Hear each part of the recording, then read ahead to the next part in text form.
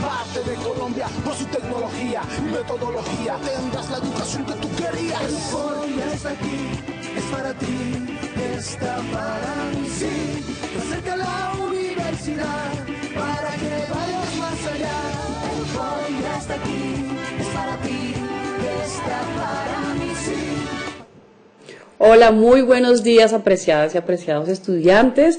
Nuevamente tenemos nuestro encuentro semanal. Qué rico poder estar nuevamente juntos para poder seguir hablando de este tema que tanto nos apasiona. Hola, profe Sofi, ¿cómo estás? Hola, profe Caro, muy bien, gracias. Bienvenido, apreciados estudiantes, a esta nueva conexión que tenemos hoy con el desarrollo de la niñez y la adolescencia. Exactamente. Antes de empezar, les queríamos comentar pues las dificultades que han habido con la plataforma. Somos conscientes que realmente no ha facilitado, digamos, el seguimiento, la comunicación de parte y parte, pero sí les pedimos que porfa, en los sábados sí debe haber más participación, ¿cierto, profe Sofi? Se ve muy poquito, no se ve nada de participaciones y recuerden que eso es fundamental porque es la parte también de la presencia de ustedes. Si no quedan un poco como perdidos allá en la tecnología al otro lado, entonces sí es necesario que participen. Y de hecho, pues también como para pensarlo en incentivos, alguna manera también les va a ayudar algunos puntillos de más en los quizzes y este tipo de cosas. Porque en últimas también la evaluación no solamente es como un ítem, ¿cierto? Como un quiz o algo por el estilo, sino que también tiene mucho que ver la participación, cómo ustedes se involucran, su actitud. Entonces les pedimos que esto sea como una motivación también para que ustedes se involucren muchísimo más.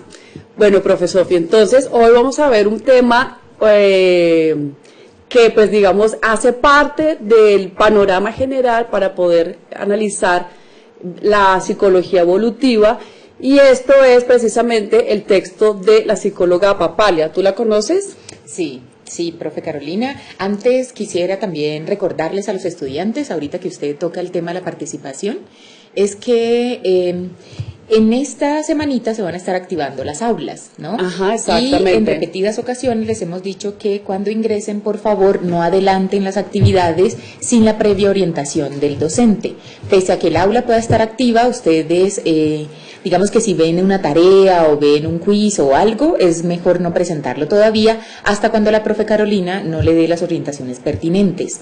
Otra cosa importante es que la idea también del aula es que van a tener en el link de teleclases un foro destinado a las preguntas de esta teleclase. Exactamente. Que vamos a estar todo el tiempo revisando para ayudarlos en todas esas inquietudes que tengan. Entonces es fundamental que a los que ya tengan el aula activa ingresen a ese foro de la teleclase que vamos a tener en el aula para que allí podamos compartir un poco todas estas inquietudes que nos suscita la clase.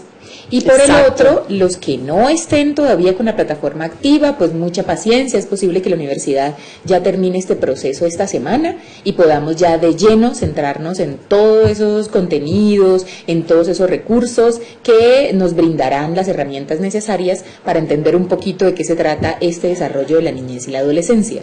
Entonces, vamos a estar en este ejercicio. Y claro, conozco un poco, digamos, estos clásicos textos de Papalia sobre el desarrollo humano.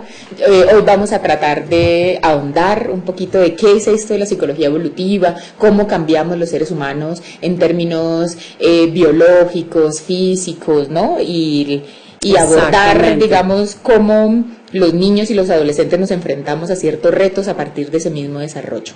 Entonces, bienvenidos a la clase. Exactamente, muchas gracias, profe Sofi. Importante tener en cuenta esta parte de los foros y claro, vamos a entrar en materia de una vez porque Papalia es un libro gordo de petete, entonces nos toca empezar a meterle muela, como dicen también. La psicología evolutiva.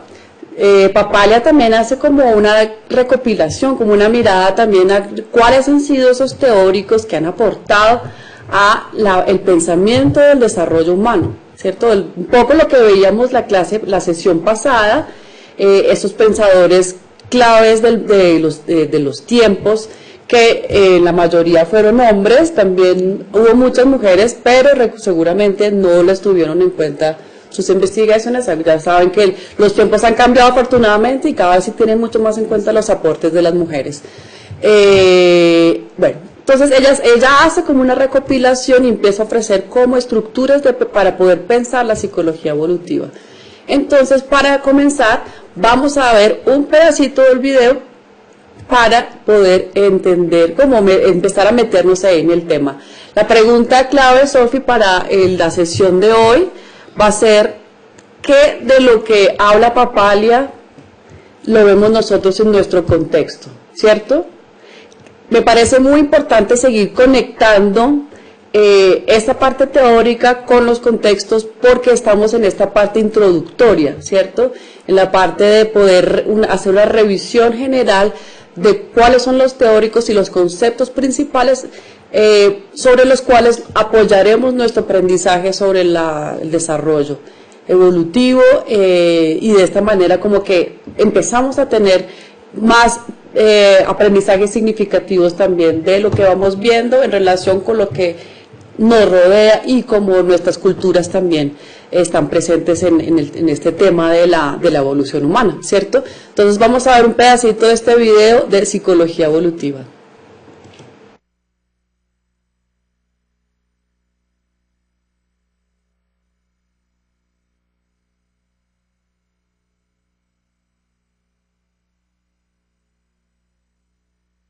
Bienvenidos sean todos.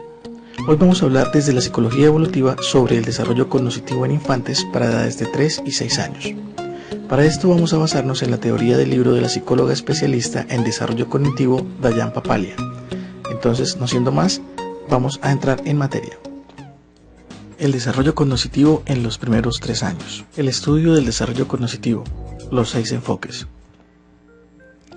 Desde hace mucho tiempo, en el estudio de los procesos cognitivos, se ha buscado comprender y explicar cómo aprenden los niños desde el momento mismo en que nacen hasta edades como la adolescencia.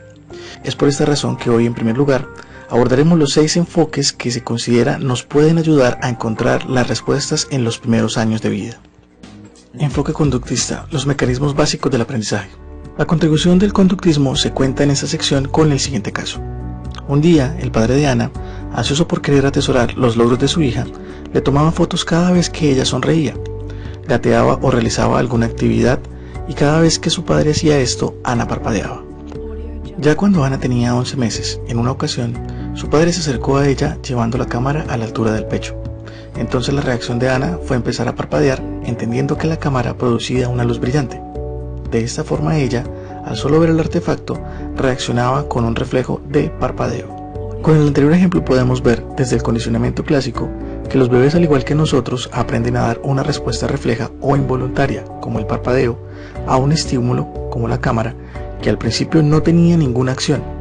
Asimismo, el condicionamiento clásico indica que las conductas deben ser reforzadas o de lo contrario llegan a extinguirse. En contraparte, el condicionamiento operante nos indica que cuando el bebé aprende que si balbucea, logra una respuesta de cariño. Este, por ejemplo, al ver a sus padres, balbucea con la única intención de llamar la atención de ellos. Así el bebé aprende a dar cierta respuesta al medio ambiente, en este caso el balbuceo, para lograr un efecto que sería la atención de sus padres. Teniendo en cuenta el condicionamiento operante, los investigadores estudian otros fenómenos como la memoria. Ahora, ¿pueden recordar los bebés cosas antes de los 2 años? Según se indica por este enfoque, lo más probable es que no lo recuerden. Memoria infantil. Para explicar esta negativa tenemos varias teorías. En primer lugar, Piaget nos indica que los bebés no retienen los primeros recuerdos en la memoria, debido a que el cerebro aún no se ha desarrollado lo suficiente. En segundo lugar, Freud menciona que los primeros recuerdos sí se guardan, pero que estos están reprimidos porque resguardan emociones perturbadoras. Por otra parte, otros estudiosos del desarrollo aseguran que los bebés no guardan memorias mientras éstas no puedan ser verbalizadas. Ahora, desde el condicionamiento clásico, se indica en investigaciones actuales que el proceso de la memoria entre niños y adultos solo difiere en que los niños no guardan tanta memoria debido a que sus cerebros no están completamente desarrollados.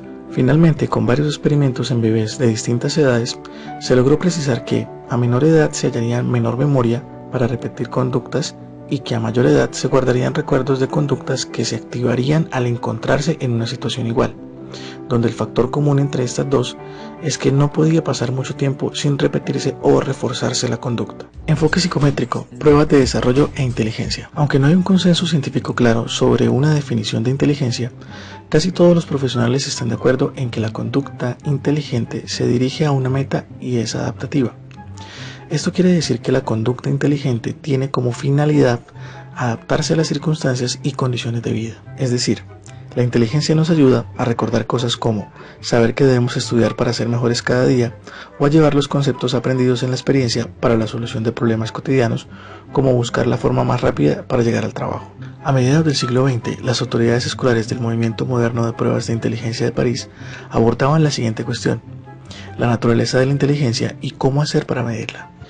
Alfred Binet, junto con su colega Theodore Simon, crearon la primera prueba psicométrica que mide la inteligencia en niños. Este test habla de dos conceptos en los infantes: la edad mental y la edad cronológica. ¿En qué consistía realmente esta prueba? Bueno, la idea principal era medir la inteligencia. Para esto se hacían unas pruebas a niños de distintas edades donde se debían responder a todas las preguntas contenidas dentro del test. Si lograba dar todas las respuestas, se le permitía continuar con las pruebas de niños de mayor edad. Por ejemplo, si un niño de 4 años terminaba las pruebas diseñadas para su edad, continuaba con las pruebas de niños de 5 años y así sucesivamente hasta fallar. Cuando esto ocurría, se contrastaba la edad cronológica, es decir, los años de vida, con la edad mental, determinada por medio de la prueba, arrojando como resultado el coeficiente intelectual. Podemos decir que estas pruebas han sido reformadas y actualmente se aplican en adultos también, gracias a los señores Terman y Miller, quienes hicieron aportaciones a la prueba creada por Binet y Simon. Finalmente, se debe mencionar que estas pruebas son aplicadas en la etapa escolar y pronostican el desempeño académico de forma bastante exacta y confiable. Por otra parte, en los bebés, debido a que no pueden expresarse, la única forma que hasta ahora parece adecuada es evaluar las conductas de lo que pueden hacer. Prueba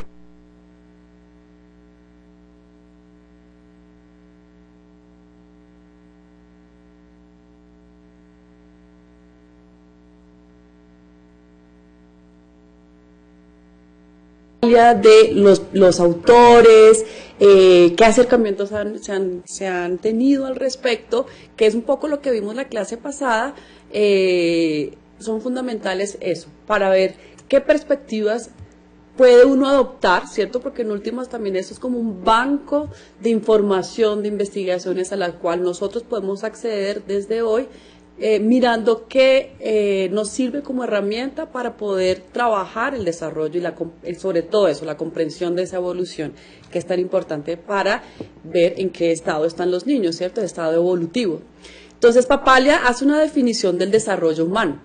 Ella dice que son cambios sistemáticos y graduales que ocurren en el individuo entre el periodo de la concepción y la muerte y que tiene una función adaptativa. En este sentido se parece mucho o coincide bastante con Skinner, ¿cierto? Con Piaget también.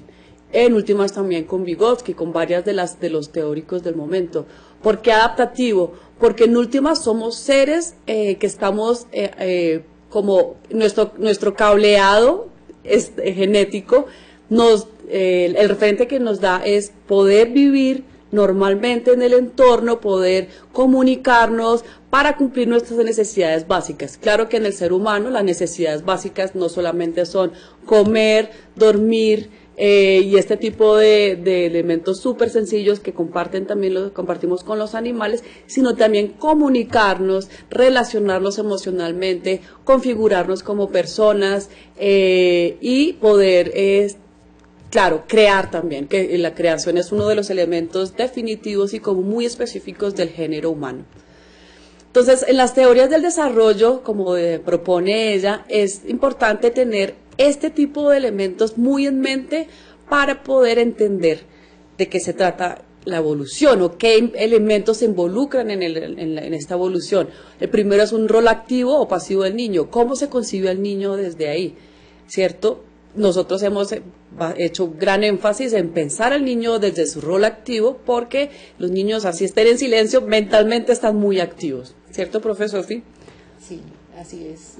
El papel del ambiente que nos rodea y pensarlo en centrado en los cambios cualitativos o cuantitativos. Este es un concepto nuevo que introduce Papalia y básicamente ella lo que propone es, vamos a adelantarnos un poquitín acá, los cambios cuantitativos refiere a los cambios en número y cantidad, por ejemplo, los que son específicamente relacionados con lo físico, con la dimensión física. Por ejemplo, la estatura, el peso, todo los índices de nutrición. Exactamente. Todo lo que tenga que ver efectivamente con esos elementos que se necesitan en aras del crecimiento. En aras del crecimiento, exactamente, que es la base fundante para que se dé un desarrollo normal, ¿cierto? Si un niño está bajo de peso, si un niño tiene dificultades con su estatura, con su alimentación, es un niño, como comentábamos en las sesiones pasadas, que es un niño que no va a desarrollar su desarrollo cualitativo, ¿cierto? Que es todos los elementos como de cognitivos, comunicativos, del lenguaje, ya sea verbal o no verbal, y todas estas dimensiones que hacen parte del desarrollo de los niños, ¿cierto? Entonces, sí es muy importante tener en cuenta estas dos formas de ver el desarrollo, el cuantitativo y el cualitativo. Otros aspectos que ella menciona para tener en cuenta es que el desarrollo es vitalicio. ¿Esto qué quiere decir, profesor Sofi? Que básicamente nosotros estamos evolucionando desde que nacemos hasta que nos morimos. Todo el tiempo estamos cambiando, estamos transformándonos, estamos pasando de un momento evolutivo a otro, y en el cual el cuerpo va cambiando y también la parte cognitiva, emocional y psicológica también está en constante transformación. No hay un momento en que ya dejamos de crecer o que ya definitivamente nuestra mente no va para ningún lado más, sino que realmente esto es un proceso continuo y constante. Hay momentos en que también se ve el deterioro, que ese también es una forma de desarrollo. ¿Cierto? Es una evolución que va pasando, que es lo que implica ser un ser vivo, ¿cierto? Como cumplir ese ciclo vital. El desarrollo también depende de la historia y del contexto, obviamente, como lo hemos mencionado. El desarrollo es multidimensional, como lo hablábamos en las primeras sesiones, que tiene que ver lo físico, lo socioemocional, lo cognitivo, lo psicológico. Importante verlo desde todos los ángulos. Y el desarrollo es flexible y plástico. Esto se piensa básicamente en aras de la adaptación. Un ser que su desarrollo si no fuera flexible o no fuera plástico quiere decir que es como un sinónimo también de flexible, ¿cierto? Si no es abierto, difícilmente se va a poder adaptar a las nuevas circunstancias, ¿cierto? Y esa es la gran ventaja que tenemos los seres vivos. Uno lo ve desde una ameba hasta los grandes mamíferos que van, según las dificultades que van teniendo, van cambiando también sus formas, sus maneras, sus comportamientos. Entonces, esto es fundamental para pensar el desarrollo. Siempre está abierto. Y así somos realmente en la vida, ¿no? Nos adaptamos a las condiciones, nos adaptamos a las circunstancias, unos más que otros en términos de tiempo, digamos. A veces nos adaptamos más rápido que otros. Exacto. Pero efectivamente lo importante es saber que como seres humanos tenemos esa capacidad, ¿no? La capacidad de adaptarnos al medio, así nos cueste un poco más. Exacto. Y ustedes van a entenderlo también con los niños. Siempre hemos hecho mucho énfasis en eso, ¿no?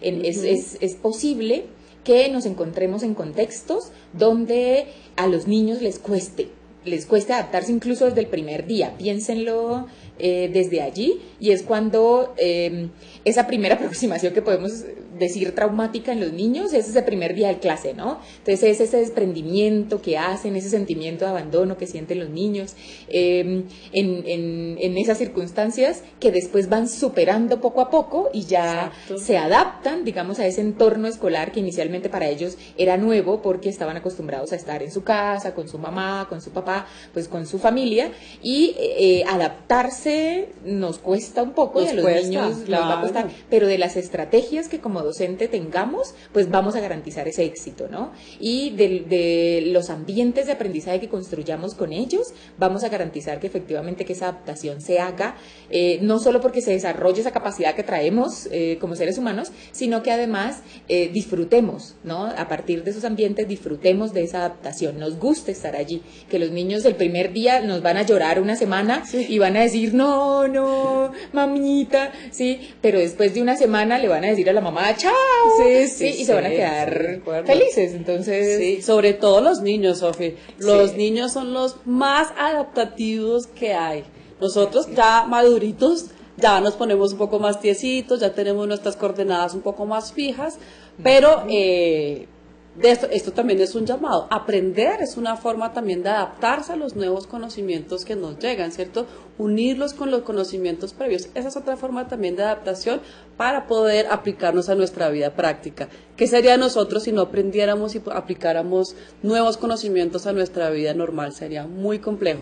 Así es. Entonces, Papalia menciona 3 aspectos del dominio del desarrollo, que es el físico, el cognitivo y el psicosocial. El desarrollo físico, como ella describe, es un crecimiento del cuerpo y el cerebro, que incluye patrones de cambio en capacidades sensoriales, habilidades motoras y salud. Efectivamente, es todo el desarrollo, sobre todo cuantitativo, ¿cierto?, del que mencionábamos ahora. El desarrollo cognitivo, menciona ella, es un patrón de cambios en las capacidades mentales, como el aprendizaje, la atención, la memoria, el lenguaje, el pensamiento, el razonamiento y la creatividad. Es toda esa evolución mental, cómo va cambiando la mente y todas sus funciones, ¿cierto? Como la memoria, la síntesis, la atención, bueno, todos estos elementos, y en esa medida también va cambiando el lenguaje y la creatividad. El desarrollo psicosocial, ella lo menciona como un patrón de cambios en emociones, personalidad y relaciones sociales, ¿cierto? Entonces esto todo lo que implica nuestra dimensión de ser seres sociales y emocionales. Y definitivamente ese es un aspecto fundamental para que un niño pueda crecer equilibrado en su desarrollo, ¿cierto? Como que no esté cojo por este lado, porque definitivamente en cualquiera de estos aspectos, si está faltando algo, va a tener una gran incidencia en el desarrollo, pues para que lo tengamos en cuenta. Entonces, los factores a tener en cuenta para el desarrollo, la maduración del aprendizaje, entonces depende de esto. ¿Qué es maduración? Maduración son los cambios físicos que se van teniendo y los patrones de conductas que están basados en lo genético, ¿cierto? Y digamos a las características propias de cada edad, en términos físicos, básicamente. Y el aprendizaje es los cambios relativamente permanentes productos de nuestra experiencia. La maduración tiene un elemento, como vemos, un poco más físico y también lo que está asociado a la edad. Por ejemplo, hay en muchas culturas que los mayores no son mayores, sino que ya son personas que son sabias, que aportan conocimiento a sus comunidades, y digamos que su maduración se ve desde otro punto de vista, como hay otras sociedades en que una persona mayor realmente son menospreciadas. Entonces, digamos, estos conceptos también de lo cultural implica también cómo va uno evolucionando y madurando a lo largo del tiempo. Y el aprendizaje, pues obviamente, es todas aquellas nuevas experiencias que van configurando nuestra sensación y nuestra percepción y conocimiento del mundo, ¿cierto? Así es.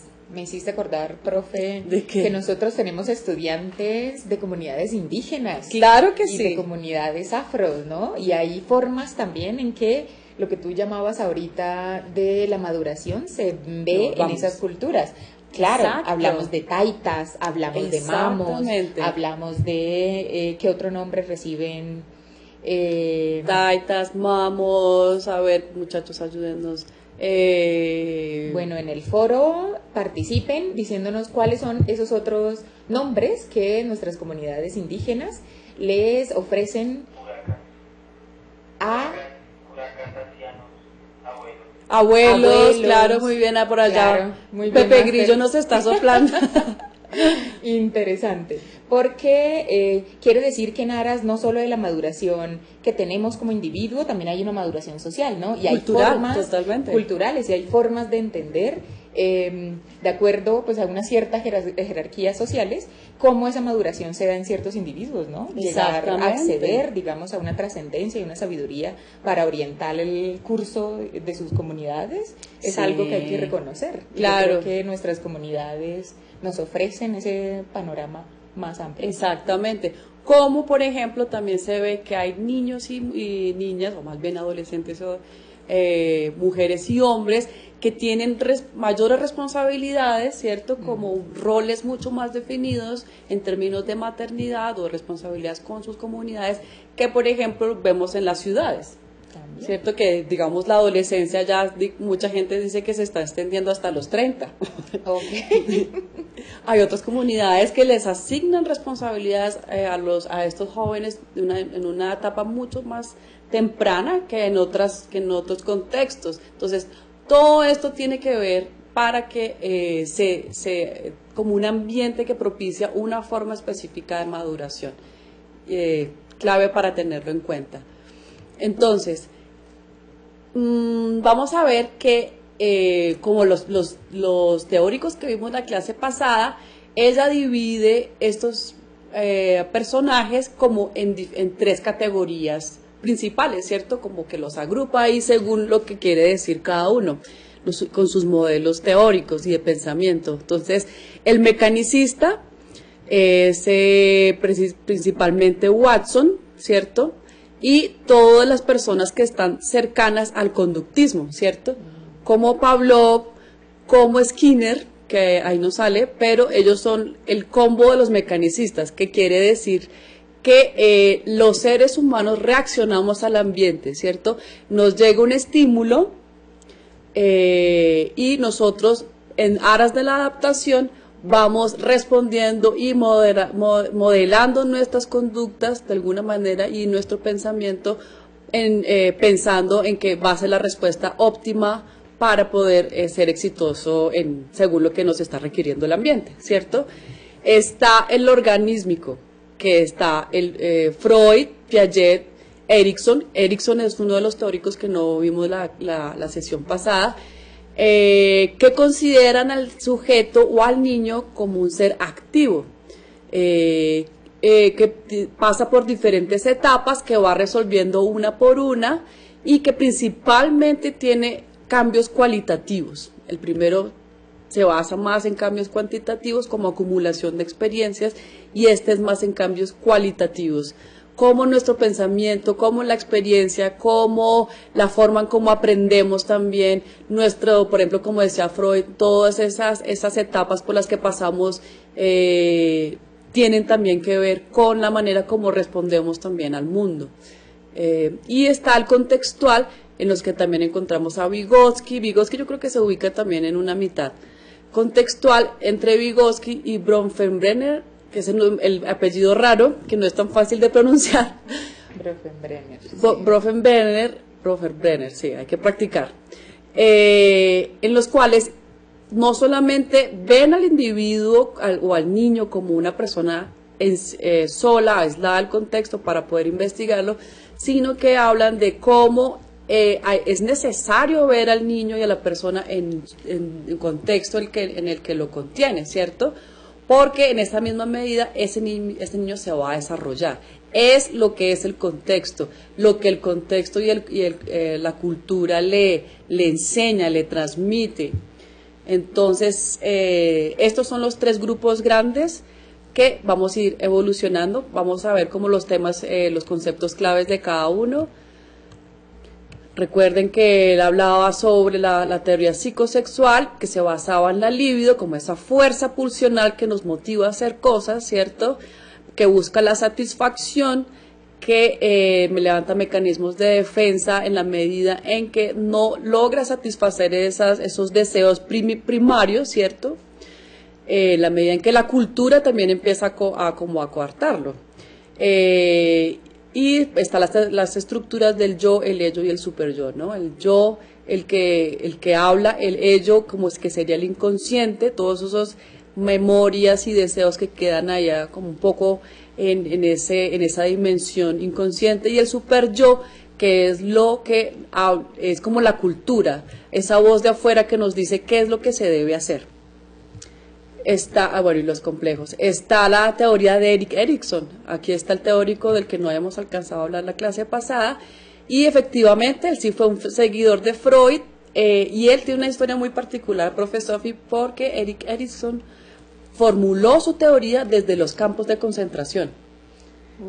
Entonces, él definitivamente tiene una visión del mundo muy diferente, porque él habla de que hay un aspecto principal en el ser humano que es la motivación y las necesidades psicosociales positivas para el desarrollo vital humano, ¿cierto? Imagínense uno en los campos de concentración, si uno no está motivado, si uno no tiene un deseo y una necesidad de seguir adelante, como refuerzos positivos que uno mismo se da a partir de la motivación, es muy difícil que el ser humano se desarrolle. Él es muy interesante porque estando adentro y sufriendo todas estas dificultades que sufrieron las personas que estuvieron en los campos de concentración, él empezó, gracias a eso, posiblemente sobrevivió porque él se metió en el cuento de investigar qué pasaba con los humanos en ese momento.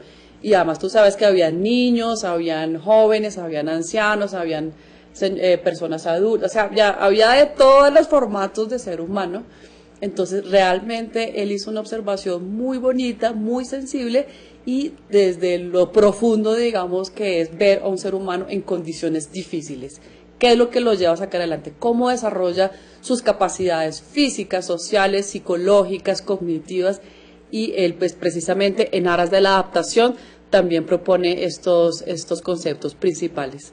Erik Erikson, la teoría psicosocial.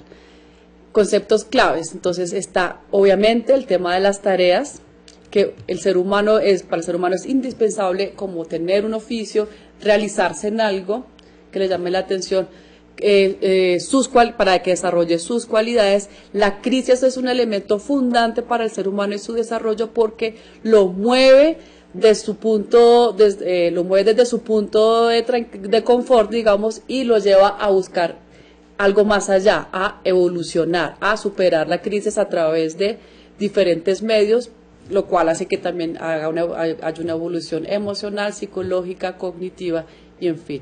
Y la fuerza del yo, que es básicamente esa gran motivación que es clave para uno seguir andando en el camino de la vida.